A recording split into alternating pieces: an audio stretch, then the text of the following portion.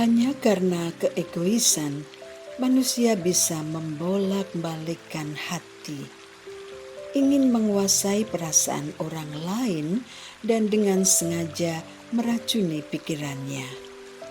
Tak mau dipandang rendah, bisa mengakibatkan runtuhnya kerendahan hati itu sendiri, lalu berubah menjadi sesuatu yang suka menonjolkan diri agar orang lain keder melihatnya. Apalagi jika semua itu berhubungan dengan prestige. Tak boleh ditawar.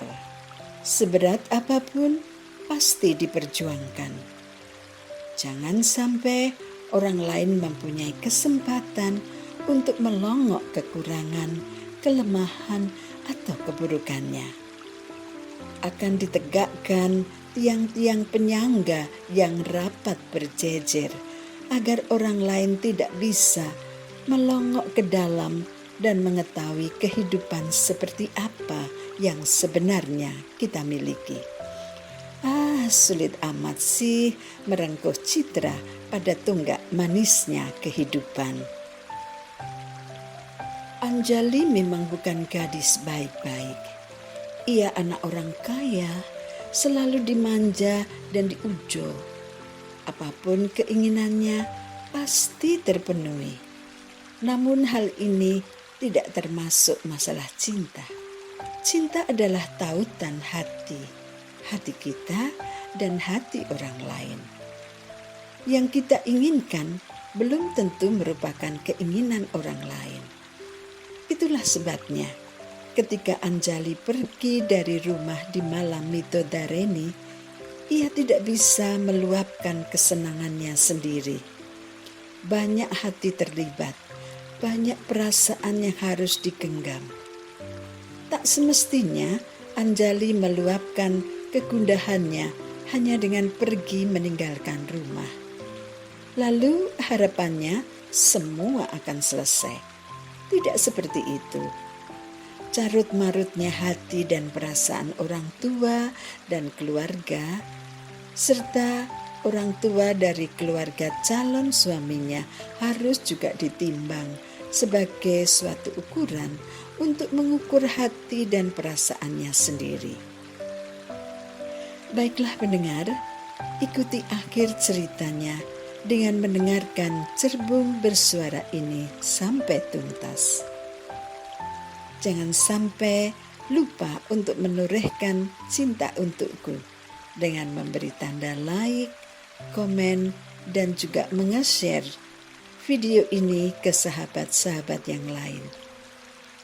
Hanya bagi Anda yang belum pernah subscribe channel ini, silahkan tekan tombol subscribe-nya. Thank you. Selamat mendengarkan. Sepanjang malam, keluarga Pak Sudarman tidak bisa tidur. Mereka berembuk bagaimana caranya menyampaikan hilangnya Anjali kepada keluarga besan. Siapa yang akan bicara nantinya dan bagaimana cara menyampaikannya. Kata-kata seperti apa yang akan digunakan agar tidak menimbulkan kegaduhan, salah pengertian, apalagi kemarahan. Berkali-kali didiskusikan, namun tetap saja tidak menemukan cara yang mulus. Semua pasti bakal menimbulkan efek buruk. Akhirnya keluarga Pak Darman pasrah. Apapun risikonya akan mereka tanggung. Semua terjadi begitu saja. Tidak seorang pun tahu akan seperti ini akhirnya. Ini bukan kesalahan mereka, melainkan kesalahan satu orang, yaitu Anjali. Namun Anjali adalah anak mereka. Bagaimanapun juga pasti akan tetap dibela keluarganya, khususnya orang tuanya. Dalam hal ini, Pak Darman dan Bu Darman yang harus paling bertanggung jawab. Hari masih pagi. Belum banyak penduduk desa yang keluar rumah. Apalagi hari itu, hari Minggu. Mereka lebih suka sedikit bermalas-malasan. Toh hari libur, pikir mereka. Waktu itu baru jam 6:30. Rombongan keluarga Pak Darmadi sudah mulai berangkat ke rumah besan. Keluarga Pak Haryati. Hanya butuh waktu kurang dari 30 menit, mereka sudah sampai di rumah yang dituju. Sementara itu, di rumah keluarga Pak Haryati sudah nampak kesibukan, khususnya di dalam rumah. Anggota keluarga yang akan mendampingi Anggara ke resepsi pernikahannya sudah mulai berdandan sejak pagi. Mereka juga mengundang tim ahli rias untuk mendandani semua anggota keluarga, baik yang pria maupun wanita. Semua menggunakan pakaian adat, pakaian Jawa, kain jarik dan beskap. Mereka semua seragam.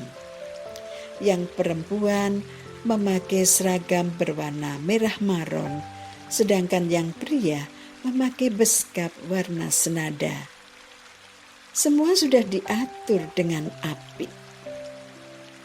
Betapa kagetnya keluarga Pak Haryati mendapat rombongan tamu besan.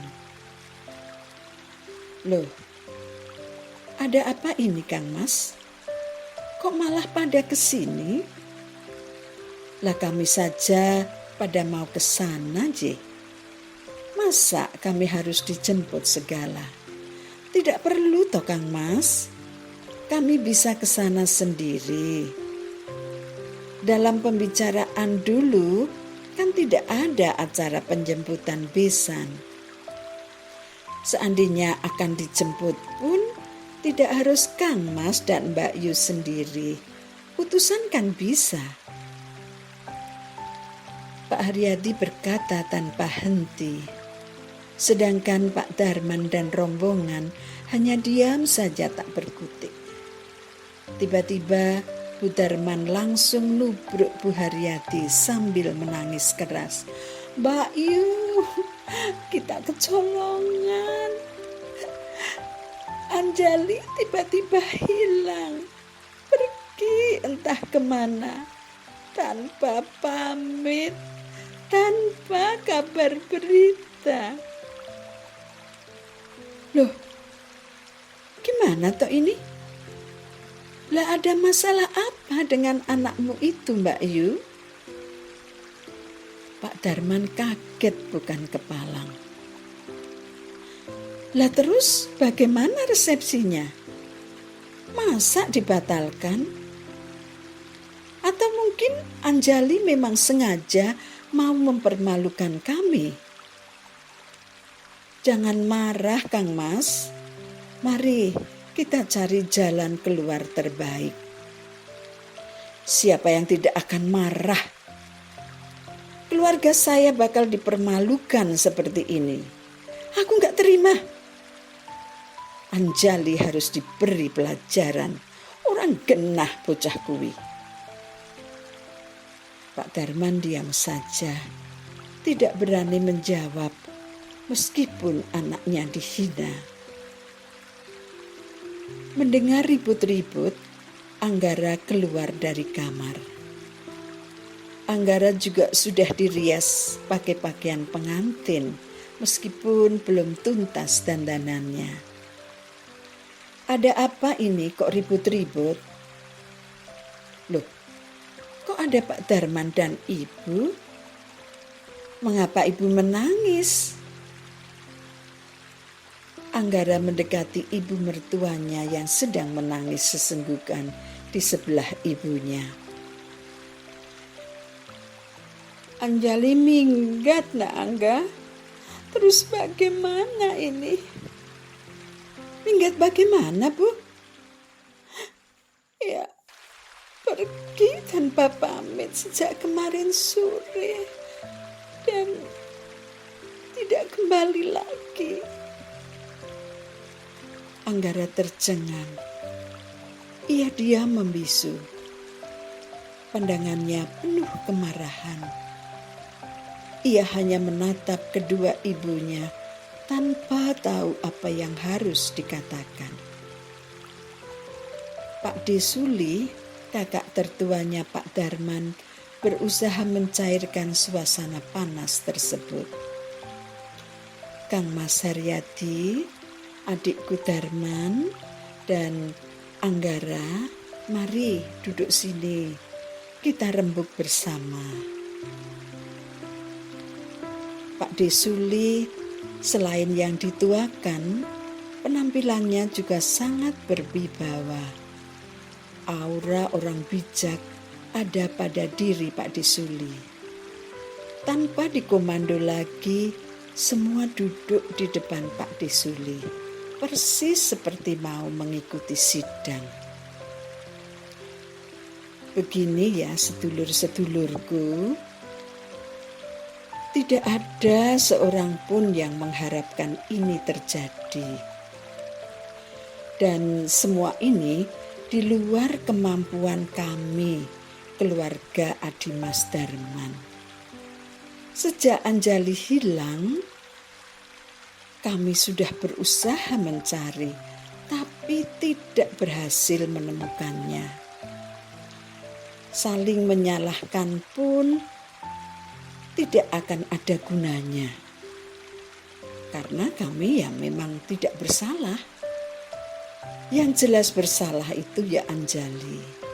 Namun tidak ada gunanya juga sekarang ini kalau kita membahas tentang Anjali. Semua yang ada di sana menyimak kata-kata Pak Desuli dengan seksama. Dalam hati masing-masing membenarkan semua yang dikatakan. Meskipun kekecewaan dan rasa malu masih tetap menghuni hati mereka juga. Pak Desuli senang melihat raut wajah saudara-saudaranya ini sudah agak tenang. Tidak terlalu tegang seperti tadi. Lalu Pak Desuli melanjutkan. Untuk menutupi rasa malu kita, bagaimana kalau resepsi tetap saja berjalan seperti rencana? Kan undangan sudah terlanjur beredar dan tamu-tamu pastilah nanti sudah akan datang. Kita tidak bisa menyetopnya. Nak Anggara tetap saja duduk di pelaminan.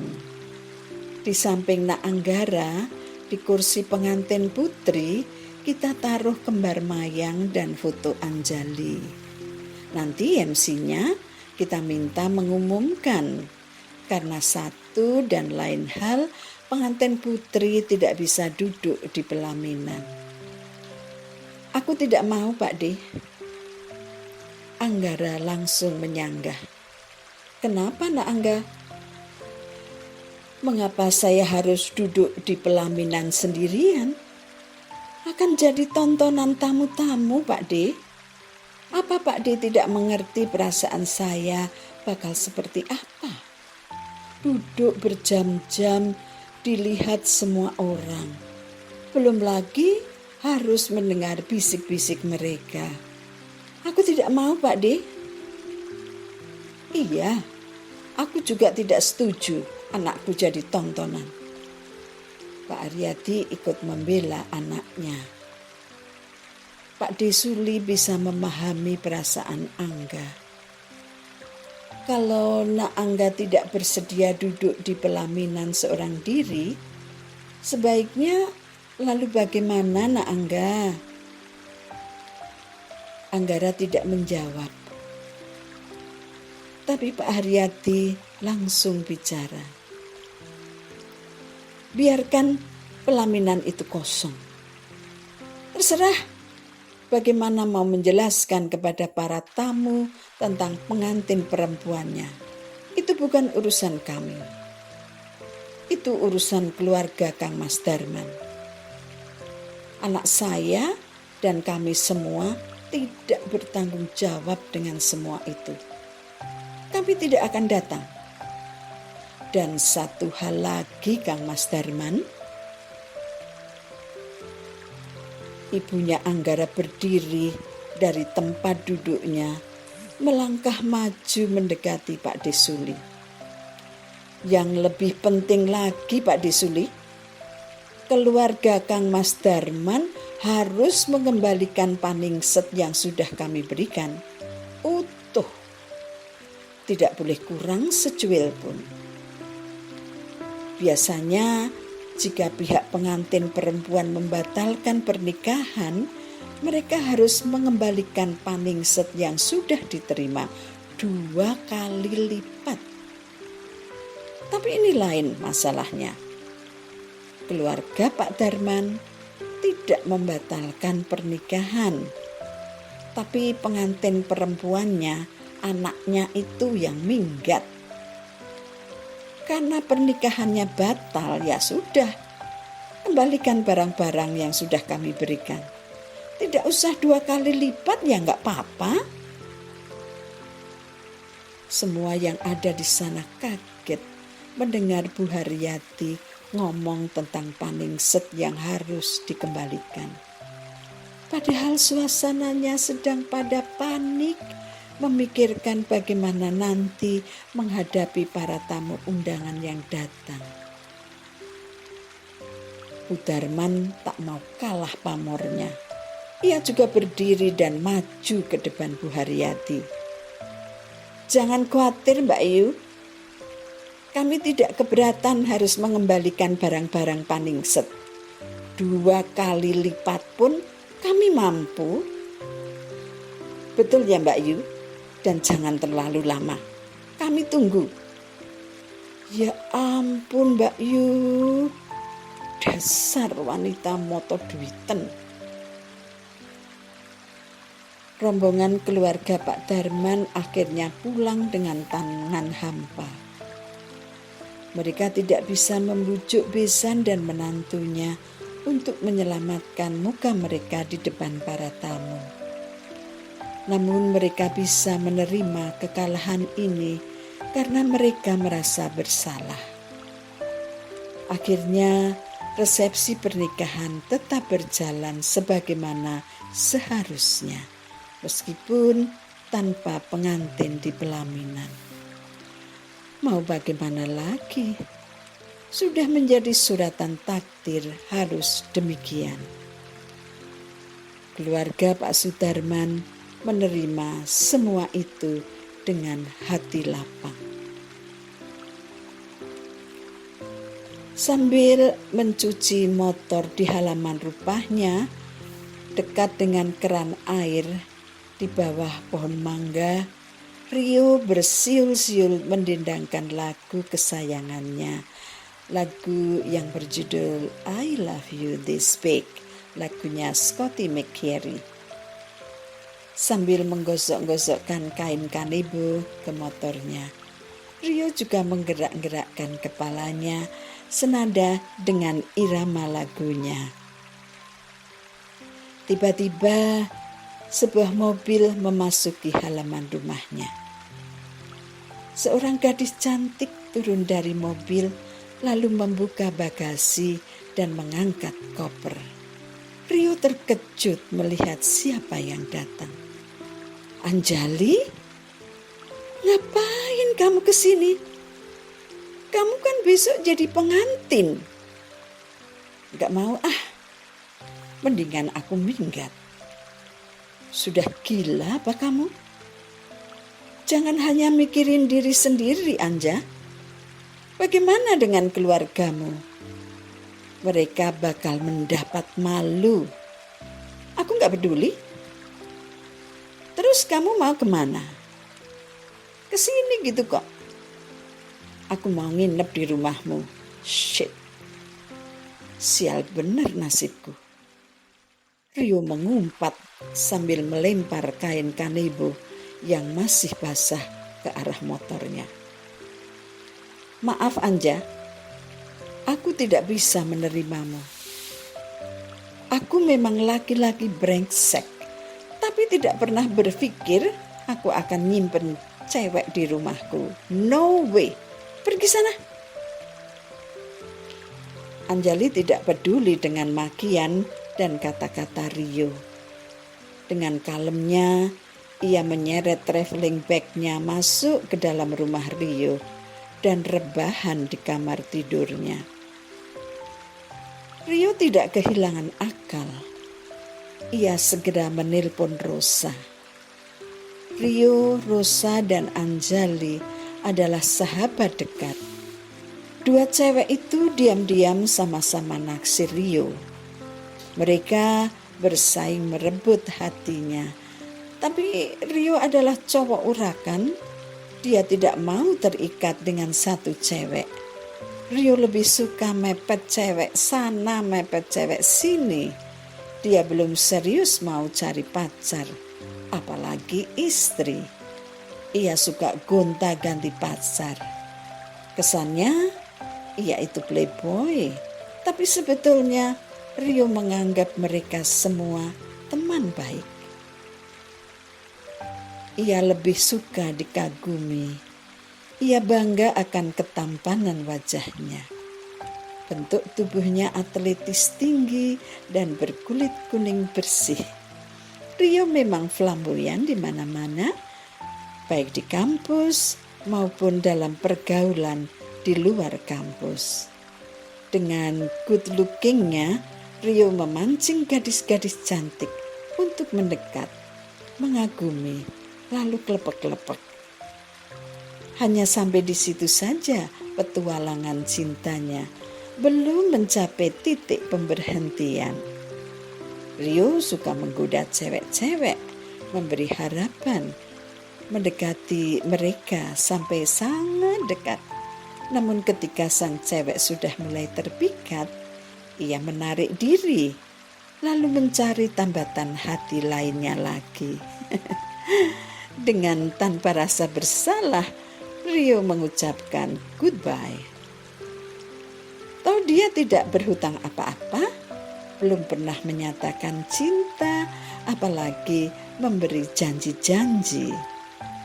Banyak cewek yang patah hati karenanya. Sudah terlalu berharap. Salah sendiri, terlalu kegeeran.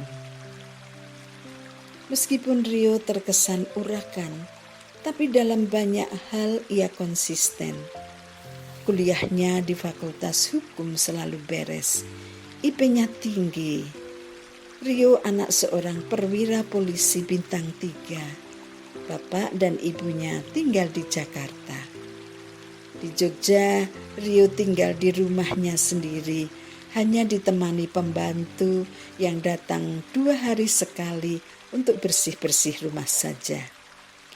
Rio tidak manja, ia bisa mandiri, ia mampu ngurusi dirinya sendiri. Kamarnya rapi oleh sentuhan tangannya sendiri. Ia juga mau mencuci dan mensetrika. Cuma dia males kalau masak, selalu membeli makanan matang. Halo Rosa, minta bantuanmu bisa enggak? Baru mendengar suara Rio saja, detak jantung Rosa rasanya berhenti seketika. Ia ambil nafas dalam-dalam sebelum merespon telepon Rio. Boleh? Asal enggak minta ditraktir ya sayang. Kan sekarang tanggal tua. Rio tertawa kenceng. Enggak bakalan lah minta traktir sama kamu, Ros.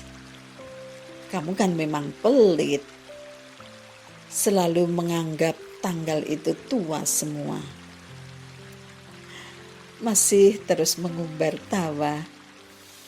Rio berlagak tenang. Padahal dalam hatinya ia sangat panik. Namun ia masih bisa menggoda sahabatnya itu. Kesini dong Ros, naik Grab saja ya. Gak usah bawa mobil. Gantian Rosa yang tertawa renyah. Bilang dulu dong kalau kangen sama aku. Rio mengumpat dalam hati. Tapi ia harus tetap kalem agar bisa membujuk Rosa. Iya, aku kangen. Tapi kangennya disimpan dulu ya. Besok kalau sudah ada matahari terbit di malam hari, kita kangen-kangenan ya, Ros. Sialan kamu playboy kampung. Emangnya ada apa sih? Tolong bawa pergi tuh si Anjali yang tiba-tiba datang langsung ngekos di kamarku. What? Bukannya dia hari ini jadi pengantin? Gak tahu tuh si betina maunya apa. Tak tunggu ya, Ros. Gak pakai lama lo ya. Sampai aku gak berani masuk rumah nih. Sudah pegel di luar sejak tadi. Tak berselang lama, Rosa datang ke rumah Rio. Tanpa basa-basi, Rosa langsung menyeret Anjali yang sedang tidur pulas menuju ke mobilnya. Ia juga memasukkan koper-koper Anjali ke bagasi. Ngapain sih kamu, Ros? Sukanya kok ngurusi urusan orang loh. Angkat kaki dari sini kamu. Di sini bukan tempatmu. Aku gak mau pulang, Ros. Gak mau pulang boleh. Kamu boleh tinggal di rumahku. Tapi tidak di rumah Rio. Anjali ngulet. Hanya itu yang keluar dari mulut Anjali. Masih sambil terkantuk-kantuk, Anjali terseok-seok mengikuti langkah Rosa. Mana kunci mobilmu, Anja? Tuh di tas. Akhirnya kedua sahabat itu pergi meninggalkan rumah Rio. Betapa lega hati Rio. Ia lalu menutup pintu gerbang rumahnya sambil masih dadah-dadah dengan Rosa. Merasa bisa menjadi pahlawan menyelamatkan Rio dari kebrengsekan Anjali. Rosa meninggalkan senyum manisnya untuk Rio, pria yang ia kagumi.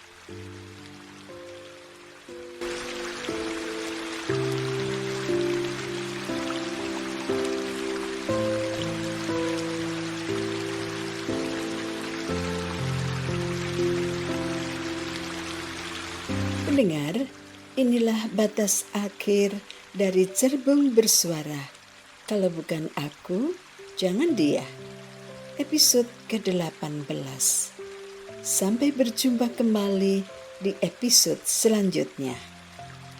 Hadapi hidup ini dengan penuh optimistik. Karena hidup kita adalah milik kita. Balut dengan pesona kebahagiaan dan bersyukurlah senantiasa. Buat hati kita selalu bahagia dan kita tularkan senyum ceria kita pada orang-orang di sekitar. Tuhan memberkati.